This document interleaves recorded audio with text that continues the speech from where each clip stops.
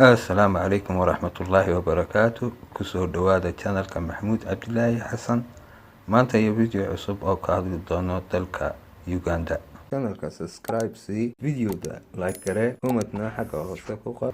Dalka Uganda ama Republic of Uganda ama loo yaqaano Lu'lu'ada qaaradda Afrika. Dalka Uganda magaciisa wuxuu ka qaatay boqortooyadii loo yaqaanay Uganda. waa dal ku yaala bariga qaaradda Afrika. Dalka Uganda waxaa ku yaala Lake Victoria xagga ay la qaybsato labada dal Kenya iyo Tanzania.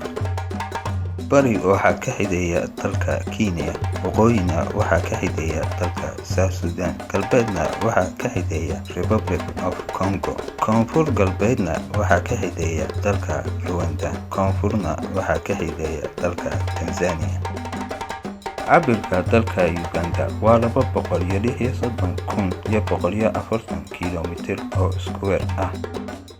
Tirada dadweynaha ku nool dalka Uganda sanadkii 2018 wuxuu ahaa 42,720,000 oo qof. Xagga dadweynaha ku nool dalka Uganda ay ka soo jeedaan qowmiyadda loo yaqaano Bantuuska. caasimadda ama magaalo madaxda iyo magaalada ugu weyn dalka Uganda waxaa loo yaqaanaa Kampala.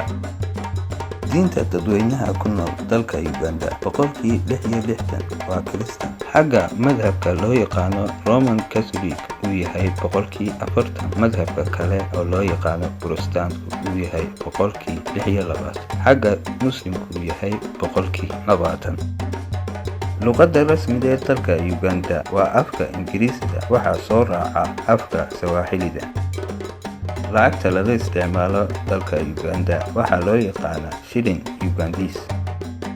madaxweynaha dalka Uganda magaciisu waa Yoweri Museveni, isagoo ah 34 sannadood madaxweyne u ah dalka Uganda.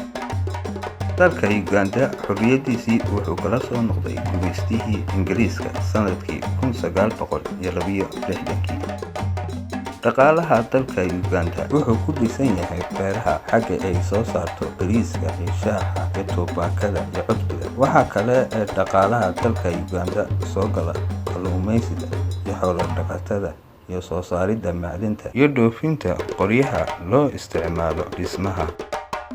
laga bilaabo sanadkii 1997 waxbarashada dalka Uganda waxay ahayd bilaash. xagga dowladda Uganda ay ka dhigtay waxbarashada dugsiga sare bilaash sanadkii 2007.